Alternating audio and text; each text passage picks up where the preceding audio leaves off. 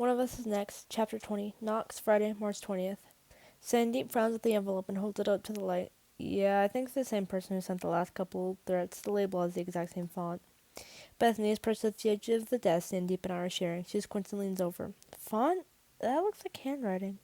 That's how it's designed, Sandeep says. He reaches into the desk drawer for a Ziploc and drops the envelope inside, squeezing out all the air in the bag and sealing it before he holds it up to Bethany. Look at the kerning. It's too even.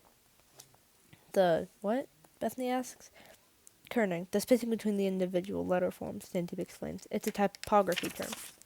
Bethany rolls her eyes as she gets on the head back to her desk. You're such a nerd.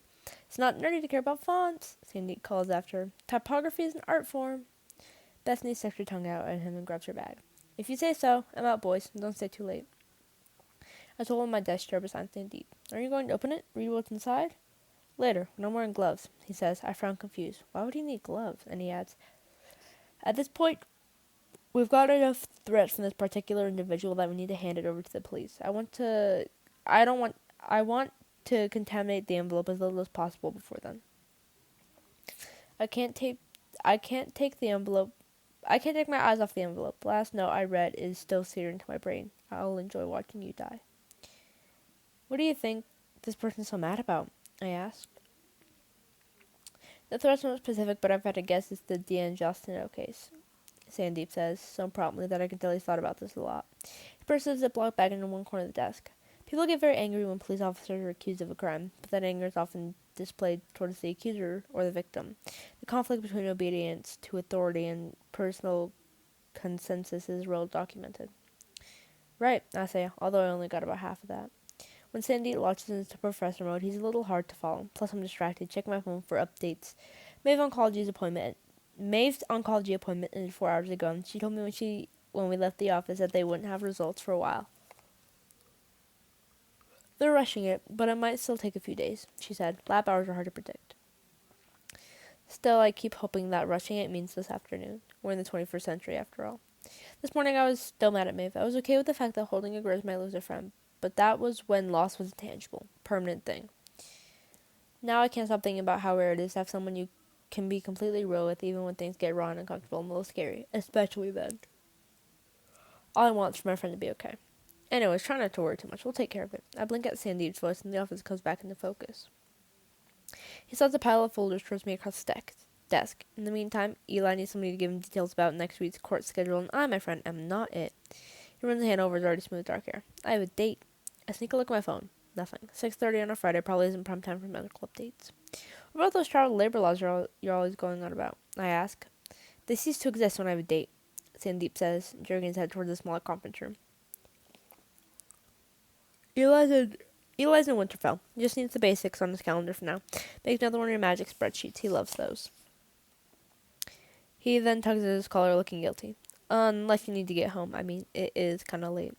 It's fine, I say. I don't mind the long hours out until proven, because what the hell else would I be doing on a Friday night? Besides, Eli, Sandeep, and Bethany, and everybody else act like my presence here matters. Like things work better on my round. It's a good feeling. Sandeep grins and gets to his feet, stuffing his laptop into his bag and slinging it over his shoulder. Good man. I'll see you on Monday. Hang on, I call, grabbing a black leather jacket off the back of his chair. You forgot your coat. Sandeep pauses mid-step and turns with a quizzical expression. What? I didn't bring a coat. He presses the jacket I'm holding up and his face clears. I think that's Nate Macaulay's. He stopped by around lunchtime to talk with Eli about a case study on Simon Kelleher. He might publish it in the Harvard Law Review. Nate might? I ask, confused. Sandeep laughs. Sure, Harvard always takes submissions from teenagers with no legal training. No, Eli might, but only if all the kids are comfortable with it. Anyways, just give that to Eli. He'll give it back to Nate. I could drop it off, I say. One thing less for Eli to worry about. It's on my way. I've never actually been inside the sprawling house where Nate rents a room, but it's only a couple streets away from mine. Maybe points it out every time we drive past.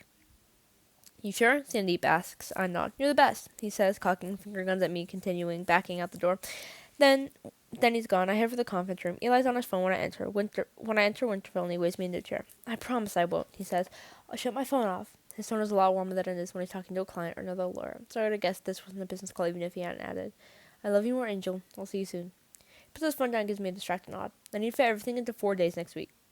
Come Friday, I'm off the clock. Wow, yeah. pulls out a folder from the top stack. Can't believe you're getting married in a week. You ready? I don't know why I'm asking him that, except it seems like the sort of thing guys ask each other. Eli grins. I've been ready for a year. I'm just glad she is. Ashton is awesome. He looked out. I blurt out. Then I feel like an idiot because shit, that was insulting, wasn't it? But Eli just nods. Luckiest guy on the planet, he says. He stables his fingers under his chin and gives me a thoughtful look. I can tell you one thing, though. High school me couldn't have imagined that someday I'd be building a life with somebody as fantastic as Ashton.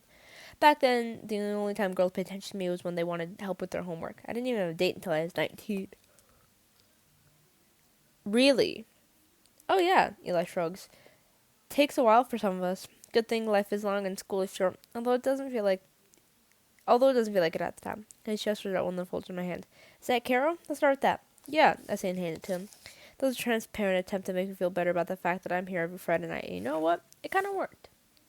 I hear Nate's house before I say it. It's barely 9 o'clock. The sound of rap music and laughing voices greets me at the corner, and only gets louder as I approach the rundown old Victorian. Their neighbors must love them. I ring the bell, but it's lost cause. Nobody's going to hear me, so I crack the door open and step inside. The music is so loud that the scarred wooden floor is practically vibrating, and I'm immediately hit with the smell of popcorn and stale beer. I'm in a narrow hallway in front of a staircase with a curved banister, where a group of kids a little older than me are yelling at a girl perched at the top. Do it! They call, raising red cups in the air. The girl slides down the banister and crashes into a knot of people below, scattering them like bowling pins. No! Moans a guy in a vintage concert t-shirt, stumbling into me as a drink sloshes onto the floor. Party foul! He grabs my arm to steady himself and adds, don't try that at home. Is Nate here? I ask loudly. The guy cups his hand around his ear like he can't hear, so I raise my voice anymore. Is Nate here? Upstairs, the guy yells back. I hesitate, looking for a coat rack or someplace else where I could leave Nate's jacket, but there's nothing. So I head up the staircase, pressing against the wall to avoid people going up and down. I'm almost at the top when a girl who slid down the banister grabs a hold of my shirt and hands me a cupful of beer. You look like you need to catch up, she shouts in my ear. Thanks. She looked at me expectantly, so I take a sip. It's warm and sour. The narrow hallway is crowded with people, but I don't recognize anyone. Do you happen to know where Nate is? The girl gestures at a closer at the end of the hall. Being antisocial, like always. Tell him to come out and play. She reaches over to ruffle my hair. You're cute, Nate's friend. Except for this. Grow it out. Makes you look like you're in high school. I am in... I start, but she's already sliding down the banister again. I reach the door she pointed me towards and hesitate. I don't know if Nate's going to hear me knock, but I can't just go in, right? What if he's with somebody? Maybe I should leave the jacket on the floor and get out of here. While I'm debating, the constitutional guy from downstairs suddenly behind me slams in Nate's door, pushing it open and leaning into the room. Come to my fucking party, Macaulay! He yells and he spins around and runs back towards the stairs, cackling. I'm alone in the doorway when Nate, who's sitting at a desk in the corner of a small room, turns around. That wasn't me, I say, lifting my hands and greeting. I'm still holding a cup of beer. Nate blinks at me like I'm in a marriage. What are you doing here? He asks. At least I think that's what he says. I can't really hear him, though. So I step in his room and close the door behind me. You left your jacket on until proven, I say, crossing to his desk so I can hand it to him.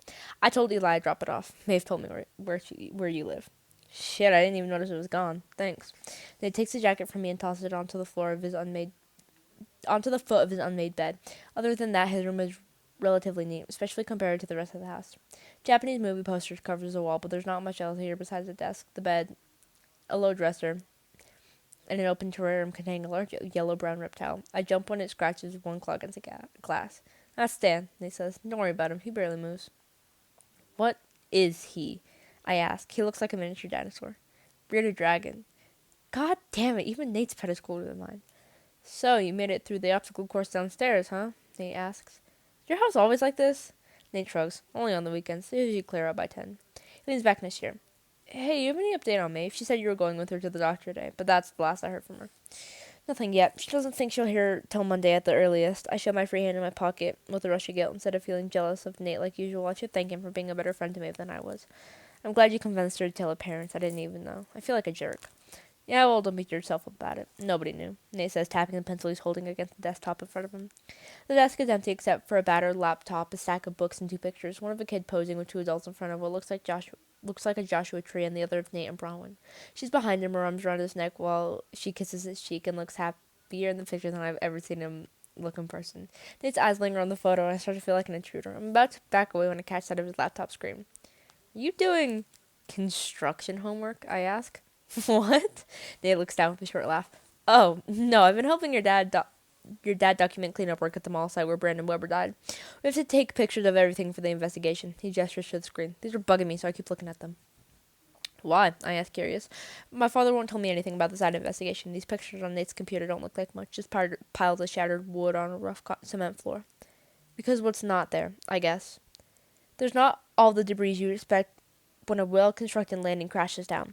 Some of the beams don't even have joists, don't have any joists. So, like, how are they supposed to stay up in the first place? Nate narrows his eye at his computer. But the beams have holes like joists used to be there. So if you were totally paranoid, you'd almost think somebody messed with the landing. Mess with it? Are you serious? I lean forward, intrigued, and drain half my beer before remembering I have to go home after this. I set the cup down on the corner of Nate's desk and look more closely at the photos. They still look like nothing to me. Nate shrugs. Your dad thinks it's weird too, but the company working on this crap was but the company working on this was crap at their job and left shitty records, so we can't be sure of anything. He taps his pencil again. Your dad really knows this stuff. Guys at work are always talking about how other companies cut corners, but he never does. My first instinct is to be petty and say, I wouldn't know. But there's almost a wistful tone in Nate's voice, like he's imagining what it would have been like to grow up with a dad who runs a respected business instead of one who abandoned his kid for a whiskey bottle. And when you put it like that, yeah, my father issue pretty much pale in comparison. So I just say he really likes working with you. He tells me that all the time. Nate half smiles as the door busts open, startling us both. Concert t-shirt guy leans against the frame looking flushed and sweaty as he points towards Nate. Dude, he slurs. Haven't they been speaking of bunches on the side of the street through the neighborhood? Are you in? No, Nate says, rubbing a hand across his face as he turns to me with a weird expression. If I were you, I'd take that as my cue to leave, trust me. When I get home from Nate's, my dad is alone at our kitchen table. It's the same table we've had since I was a kid. A wooden monstrosity that could see all seven of us comfortably. It used to be squished into the middle next to the wall, the worst, hardest spot to access for a younger kid. For the youngest kid. I can sit anywhere I want now since there are only 3 of us left in the house. But somehow I still find myself squeezing into that chair every night. Dad is writing on a yellow legal pad, surrounded by a pile of what looks like blueprints. He's wearing a Myers Construction t-shirt that used to be black, but has been washed so many times that it's a pale gray. You're home late, he says without looking up. Fritz is snoring lightly at his feet, paws twitching like he's dreaming about a walk. I go to the refrigerator and pull out a Sprite. I need to wash the taste of sour beer out of my mouth. My internship is really busy, I say, since Eli's getting married next week. Right? Dad scratches out a note on his pad. Good to see you stick with something, I guess. I pop the top from my soda and take a gulp. Watching him over the rim, something inside me deflates. Your dad really knows his stuff, Nate said tonight. It's true, but Dad never shares any of that with me. All I get are these pointed little comments that I usually ignore. But tonight I'm not in the mood. What's that supposed to mean? I ask. Dad keeps writing. Your mother said you quit that play you're in. So? I prod. Why do you care? You haven't been to one of my plays in years. He finally looks up, and I'm struck by how deeply etched lines his face are. I swear they weren't so prominent yesterday. I care because when you make a commitment to something, you should stick with it. Yeah, you should. Unless you're the laughingstock of the entire school, being on stage is only going to make it 100 times worse. I would have ruined that play for everyone in it. Even though most of them don't see it that way, Lucy doesn't. She's still not talking to me. If I'm being totally honest, it wasn't a hard decision to make. I stopped caring about acting a while ago. Neither of my parents noticed. Dad acts like he wants me to change, but he doesn't really. Anytime I try something different, he dismisses it. But I can't tell my father that. I can't tell him anything. I had too much else going on, I say. He lets out a small, dismissive snort and goes back to his paperwork. Resentments roll through my gut, making me bolder than usual. Or maybe it's a happier head. Did you say something? I ask. Couldn't hear you. Dad looks up, eyebrows raised. He waits a beat, and when I don't look away, he says, if you think you have too much going on with the number of video games you play and the amount of time you spend on your phone doing God knows what, then I pity your future employer when you have a real job. My stomach drops. Jesus, say what you really mean, Dad. He basically just called me useless. Until proven is a real job. I work hard there. I work hard in general. You know that if you ever give me a shot with working with you. He frowns. You've never had any interest in working with me. You never asked, I blurt out. It's a family business, supposedly, but you treat Nate Macaulay like he's more of a son than I am. My mother must not be home because my voice is rising and there's no sign of her. Usually, this is when she steps in to play peacemaker. I just read the blueprints. My head is so full of what Nate's in his room. You don't even tell me what's up with the mall site investigation. I was there when Brandon died.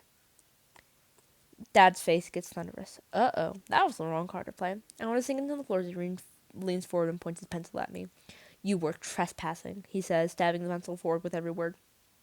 I'm about to take an incredibly dangerous shortcut that I had specifically told you not to take. You could have been the one who died. I thank God every day that you didn't, but I'm livid that you were in that position in the first place. You grew up around construction work, Knox, and you know better, but you have zero respect for what I say or the work I do. I open my mouth, but no words come out. Shame makes my face burn. He's right on all counts, except the last one. Does he really think I don't respect his work? When I don't answer, Dad waves the pencil at me again. Don't you have homework to do? Or television to watch? Dismissed, like always. But this time, I can't blame him. And I don't know how to apologize or explain myself, especially since he's turned back to his work like I'm already gone. So I head upstairs with my Sprite, even though Nate's words kept running through my mind, burrowing into the groove of foggy half memories from the day Brandon died. You're totally paranoid. If you were totally paranoid, you'd think somebody messed with the landing.